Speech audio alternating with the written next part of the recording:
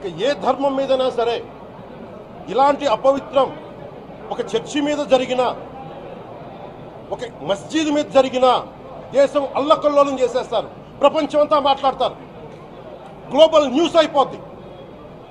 కానీ దేశంలో కోట్లాది మంది హిందువులు అపవిత్రమైతే, ఈ ప్రసాదం అపవిత్రమైతే ఒక్కరు కూడా మాట్లాడకూడదు, ఇది సెక్యులర్ వ్యవస్థకు విఘాతం అంటే హిందువులకి మనోభావాలు ఉండవా?